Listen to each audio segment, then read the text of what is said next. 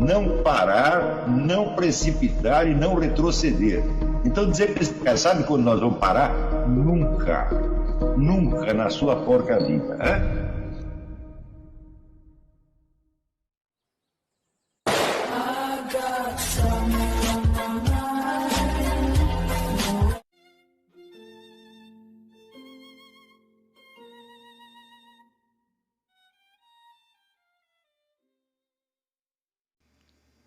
E aí pessoal, tranquilo? Então vem aqui antes do vídeo começar, pedir para vocês se inscreverem, quem não for inscrito, compartilhar, curtir, comentar. Quem puder seja membro do canal, que isso ajuda bastante. Tem também o link do Apoia-se. Quem puder ajudar nosso canal e apoiar financeiramente vai ser muito bem-vindo. Mas o mais importante é transmitir o conteúdo e os conhecimentos do professor Olavo de Carvalho para mais e mais brasileiros. Então compartilhe e ajude aí nossa causa. Muito obrigado a todos os membros, apoiadores do canal. Fico muito feliz. Tenho certeza que a gente está no caminho certo. Então fiquem com o vídeo e até mais. Valeu! Quando a famosa figura de linguagem, que é usada em praticamente todos os manuais de lógica, quando Homero fala a aurora de rose os dedos.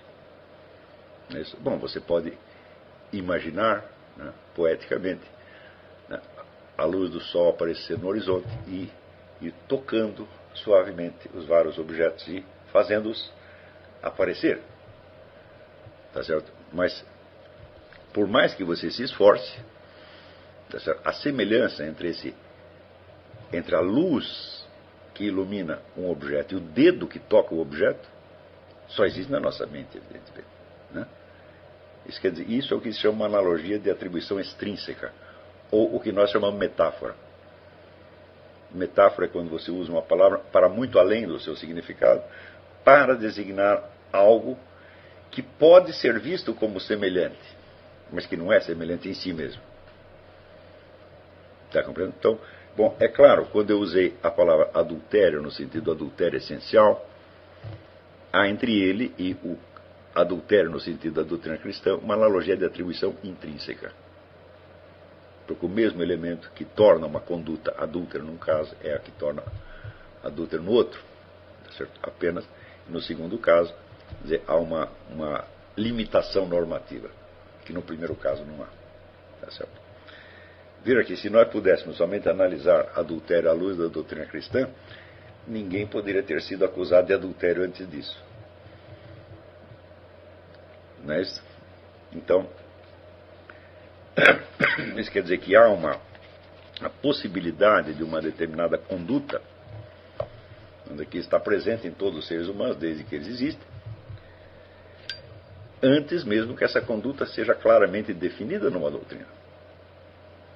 E se não existisse essa conduta antes da doutrina, não poderia haver a doutrina, porque a doutrina visa esclarecer algo que já existe e a especificar as condições nas quais a palavra adultério será legitimamente aplicada a partir do momento em que existe essa doutrina. Estão compreendendo? Então, quer dizer, são essas, vamos dizer, finuras de análise no jogo entre experiência e pensamento que são as maiores fontes de erros no conhecimento humano. Não a lógica em si. Erro de lógica dificilmente as pessoas cometem. Tá certo? Cometem-o por distração ou por uma inépcia fora do comum. Porém,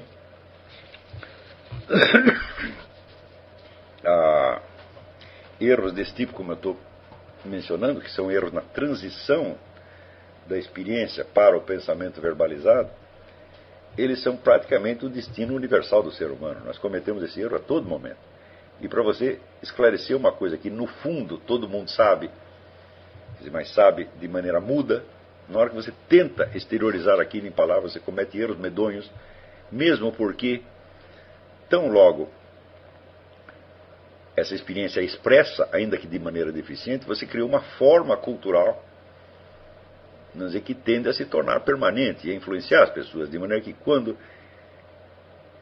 elas se referirem a um assunto, elas vão usar antes o sentido que está consagrado na palavra e na expressão do que o sentido que eles percebem na experiência real.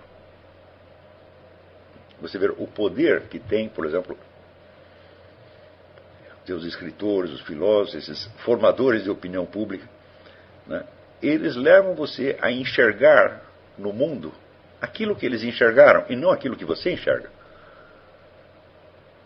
Tá entendendo? Porque o que você enxerga não tem tradução verbal ainda, então não é moeda corrente. Mas o que eles disseram se tornou moeda corrente.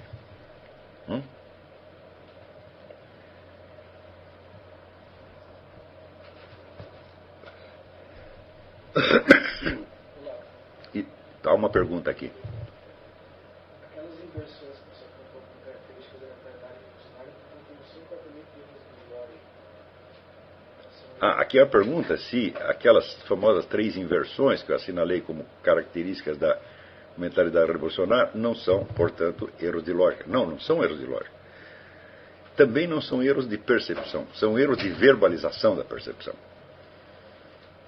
Isso quer dizer que o sujeito pode estar vendo a realidade com muita exatidão, tá certo? Mas na expressão verbal ele erra. E a partir dali, quando ele pensa no mesmo assunto, ele vê somente aquilo que ele disse e não aquilo que ele enxergou em primeiro lugar. Estão compreendendo?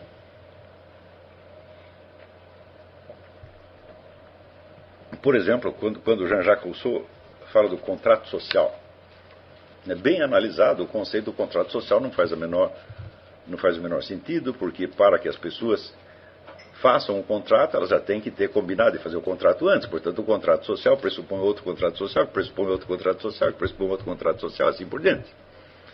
No entanto, a partir do momento em que ele criou esta figura de linguagem, todo mundo que o leu ou que caiu sob a influência dele de algum modo, passa a encarar a sociedade de maneira contratualista. Está entendendo? Sem perguntar de onde ele tirou isso. Pode ser que na hora que Rousseau inventou o contrato social, ele estivesse vendo as coisas exatamente como elas são. Mas como faltou a capacidade de expressar a experiência tal como ela aparecia, ele imediatamente condensou a coisa numa figura de linguagem, e esta figura de linguagem passou a ser usada como se significasse alguma coisa literalmente. Quer dizer, nós podemos dizer, a sociedade é como um contrato, mas ela não é um contrato. Então, assim como, por exemplo, na Renascença, quando se aprimora a arte da relojoaria, e se criam aqueles relógios mecânicos de uma precisão incrível, imediatamente surge a ideia de encarar o cosmos como se ele fosse um relógio. Então você começa a ver os ciclos planetários como se fosse, até houve um livro chamado Relógios Cósmicos, o Michel Gauquelin escreveu um livro chamado Relógios Cósmicos. Eu digo, mas espera um pouquinho, não é o contrário? Quer dizer, não foram essas máquinas chamadas relógios que foram feitas para imitar os ciclos planetários, tá certo? Do Sol e da Lua, tá certo? Pelo menos do Sol, tá certo? Num plano pequeno. Quer dizer, aquilo que é modelado por um fenômeno natural passa em seguida a ser encarado como se ele fosse o modelo. Hoje em dia não há inumeráveis pessoas falando de modelos informáticos do cérebro. Tem disciplinas universitárias inteiras para estudar isso.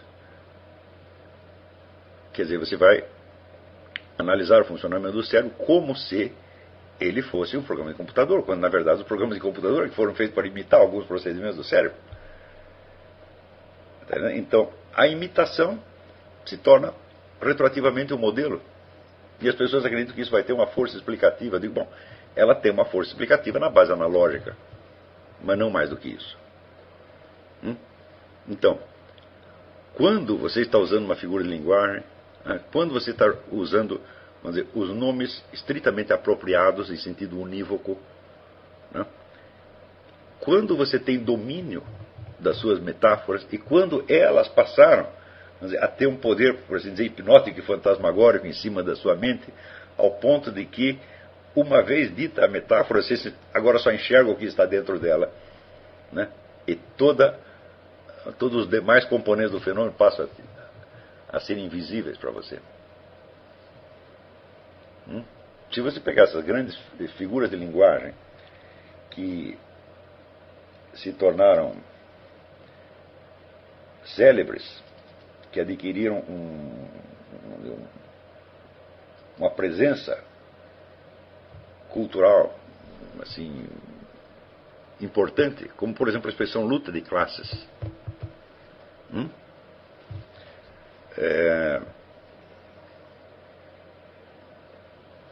Ou até as expressões que nós usamos quando o sujeito está pensando errado, nós dizemos que ele está com o cérebro avariado, tá certo? Ou que tem um cérebro de galinha, assim por diante. E são figuras de linguagem, né? Elas não expressam o que realmente acontece. Quem sabe exatamente qual é a relação entre cérebro e pensamento? Ninguém sabe. Na verdade, até hoje não se encontrou nenhuma. Não é isso?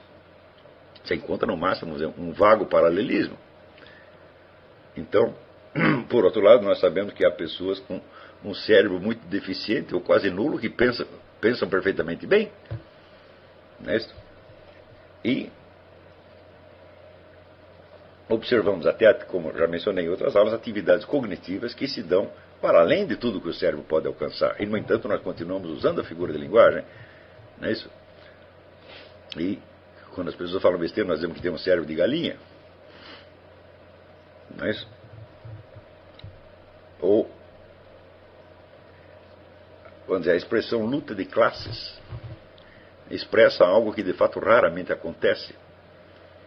Quantas vezes você observa na realidade, né, a classe, o proletariado industrial, em atitude francamente hostil contra os donos dos meios de produção. Isso acontece muitíssimo de vez em quando. Na maior parte do tempo, está lá o proletário indo trabalhar, recebendo seu salário e até satisfeito com o seu salário, principalmente o proletariado industrial, que é um dos grandes beneficiários da economia moderna. Tá certo? Então, a luta de classe é uma exceção, é uma coisa que muito de vez em quando acontece em condições excepcionais. Não é isso? E, no entanto, basta você usar a expressão, as pessoas têm a impressão de que você está falando de um fenômeno que existe. E não só existe, como ele define a estrutura social. Então, esse é um caso, vou dizer, de possessão verbal. Né? A figura de linguagem, ela cria uma estrutura quase visual, uma estrutura imaginária que entra em você como o que chamam um engrama, né? Um código que reestrutura a sua percepção de modo a que você passe a ver as coisas conforme aquilo que alguém disse ou que você mesmo disse e não conforme você realmente viu. Eu digo para você que 90% do esforço filosófico é o esforço de sair de dentro desse estado de possessão verbal e voltar a expressar as coisas tal como elas apareceram originariamente na experiência. O que supõe, evidentemente, a criação de novas modalidades de expressão verbal. Supõe um saneamento da linguagem. Né? E é claro que nós não podemos fazer isso sem a ajuda de toda a tradição literária da qual pudermos dispor. Porque é muito improvável que a descrição da experiência possa ser feita diretamente, mediante termos e conceitos filosóficos já claramente estabelecidos. Você vai ter que passar por uma etapa narrativa ou poética, ou poeticamente descritiva, uma coisa assim, não é possível fazer de outra maneira. Não é isso? Ora, mas isto nos coloca o seguinte problema.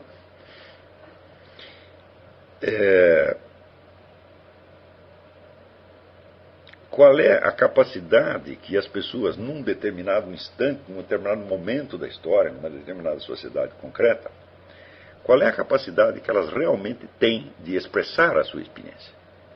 Quanto da experiência é transponível na linguagem corrente, de modo que as pessoas possam conversar a respeito? Você vai ver que o círculo do que se pode geralmente conversar, o círculo daquilo que nós temos instrumentos para falar uns aos outros, é muito menor do que o das suas experiências interiores. Então, muitas emoções ou percepções simplesmente não têm nome. Então, daí a diferença que a gente estabelece aqui entre o famoso eu narrativo e o eu social. Quer dizer, o eu social é uma interseção de conjuntos, né? Daquele conjunto que eu sei sobre mim mesmo, as pessoas sabem um pedaço. Não é isso? E eu geralmente só falo para elas desse pedaço. Porque se eu começar a falar do resto, elas não vão me entender, ou podem ficar chocadas, tá certo? Ou podem até achar que eu estou mentindo. Tá certo? Então você vai criar um problema de comunicação na medida em que você pretende aumentar o coeficiente da sua expressão. E para que a comunicação continue possível, é necessário limitar a expressão. Até onde vai essa limitação? Bom, vocês que hoje estão com, vamos dizer, entre 20 e 40 anos, vocês vivem numa sociedade onde vamos dizer, o repertório daquilo que é exprimível já se tornou enormemente grande. Não é isso? E você não lembra de uma situação anterior, que, digamos, para a maior parte de nós no mundo ocidental, vigorou até os anos 50, 60, tá certo? E hoje em dia, por exemplo, vocês estão acostumados a ver as pessoas indo na televisão e contarem os seus problemas de casamento, as suas fantasias sexuais, as suas neuroses, não é isso? Você vê biografias inteiras onde a vida privada do sujeito é sondada até os mais mínimos detalhes, mas nem sempre foi assim. Vamos dizer que nos anos... Não sei, imagina você ligar a televisão nos anos 50, no começo dos anos 60, né? E ouvir uma mulher conversando assim claramente sobre as amantes do seu marido. Você não via isso. Isso simplesmente não acontecia. Então, quer dizer, algo mudou esta situação. Então, vocês já nasceram dentro de uma situação onde o horizonte do expressável é tão grande que se tornou caótico. As pessoas já não sabem mais como organizar isso, e você não consegue enxergar, vamos dizer, o repertório das possibilidades humanas como uma forma definida, né? Outro dia alguém me mandou um artigo em que um sujeito estava celebrando, né, a possibilidade da fusão de espécies, né? Quer dizer, você geneticamente fundir um ser humano com um gato ou com um jumento, tá certo? E o sujeito está achando que isso era maravilhoso, porque isso abria perspectivas inauditas para a espécie humana, tá certo? Bom, eu não vejo por quê, porque, né, por exemplo, um híbrido de ser humano e jumento, bom, eu creio já ter visto vários pelas ruas, né? No Congresso Nacional, nas universidades, né? Então me parece um pouco chover no molhado. Mas é claro que isso ainda é apenas, vamos dizer, uma possibilidade técnica remota, e essas criaturas também não vão poder procriar, né? Mas é perfeitamente possível que logo você veja seres humanos com um rabo de macaco, né? com chifres, etc, etc. E é claro que isso vai apagar completamente os limites da forma humana, e nós já não saberemos o que é um ser humano e o que não é. Quer dizer, a discussão que vai surgir, né, sobre a existência ou não do ser humano vai confundir ainda muito mais as coisas do que elas já estão confusas hoje.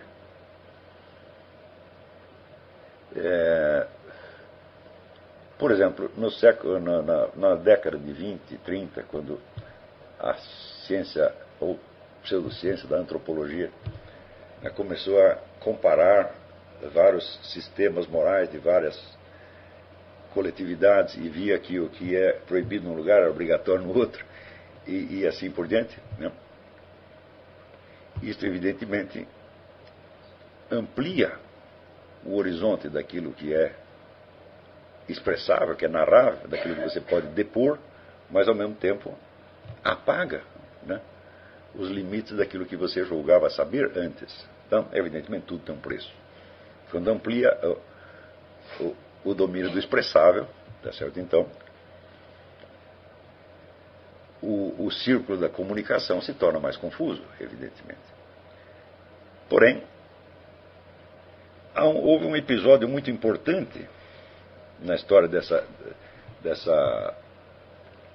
relação desse tensão, por assim dizer, entre comunicação e expressão.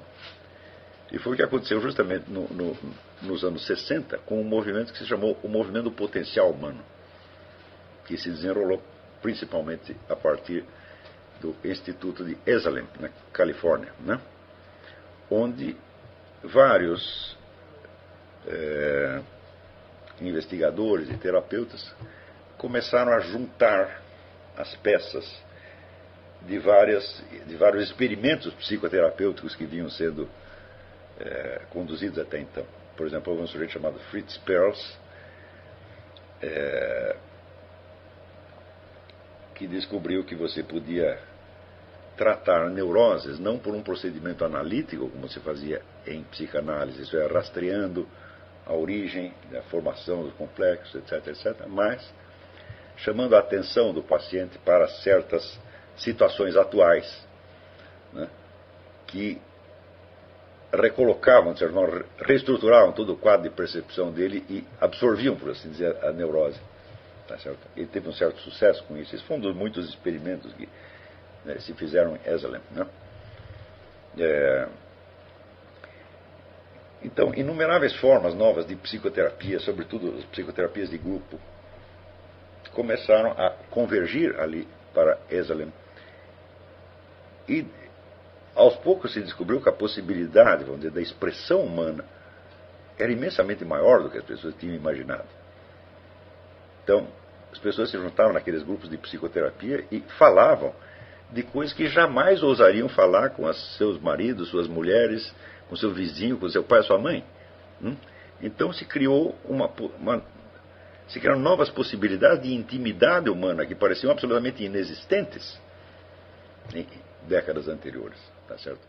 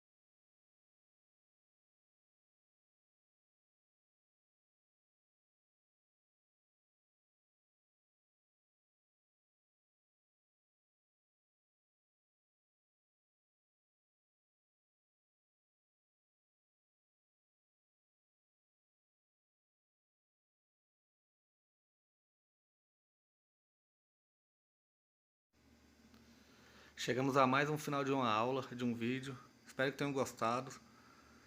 Quem não se inscreveu ainda, se inscreva, compartilhe, comente. Ajude o nosso canal, apoie, seja membro. E ajude o nosso canal a chegar a cada dia a mais brasileiros que precisam muito do conhecimento do professor Olavo de Carvalho. Então é isso aí, fique com Deus, até o próximo. Valeu! Então é isso aí, pessoal. Que é o nosso canal. Que são alguns livros que eu já li. A maioria foi doação, mas alguns eu adquiri, professor Olavo de Carvalho. Alguns livros se perderam aí que eu emprestei. Professor Alexandre Costa. A Bíblia Sagrada. 10 lições sobre Karl Marx.